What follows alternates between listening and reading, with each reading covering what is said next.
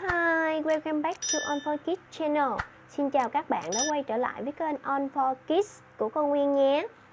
Today we're learning lesson 7 with my teens subjects. Hôm nay chúng ta sẽ vào bài 7 với chủ đề My Teens. Look, how many rectangle shapes? Các bạn thấy cô Nguyên có bao nhiêu hình chữ nhật? Let's count. 1, 2, 3, 4, 5, 6, 7, 8, 9, 10. I have 10 rectangles. And what's E behind the number? Let's open them. Okay. Now, the first open number 1.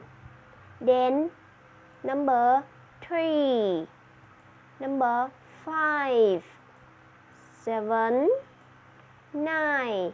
Second open number 10. Next 8, 6, 4, and 2. What do you see? I have lots of books. Các bạn thấy cô Nguyên có rất là nhiều quyển sách nè. So, lesson 7 we will learn about the book. How about reading? Book. Again. Book. One more time. Book. Yes. Now spell that. Book. B O Cake. Try again. B double O Cake. Book. What do you think about the book? Các bạn thấy quyển sách như thế nào? It's opening. Nó đang mở. Lúc này mình sẽ nói là you say open the book. Again, open the book. One more time. Open the book. And bây giờ quyển sách đang đóng, mình sẽ nói là it's closing. You say close the book. Close the book. Again, close the book. What does she doing? Các bạn thấy cô gái này đang làm gì các bạn? Cô gái đang đọc sách. Lúc này mình sẽ nói là she's reading. You say read a book. Read a book. One more time. Read a book.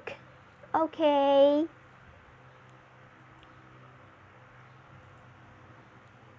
What do you see?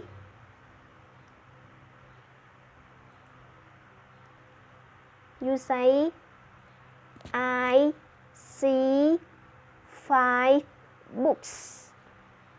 Again, I see 5 books.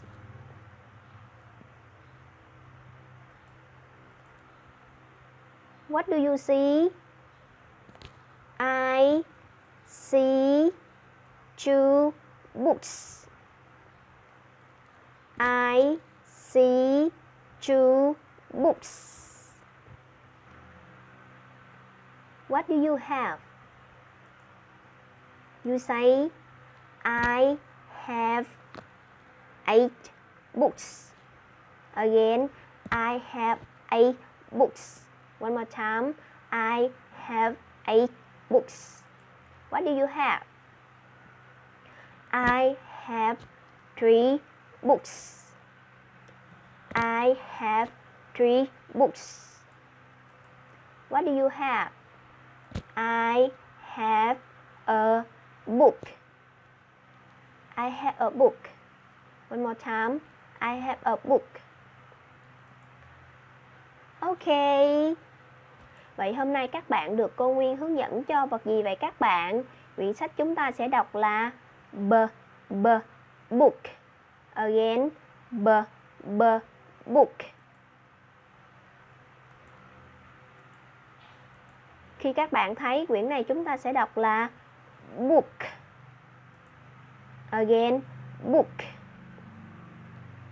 And stop video here.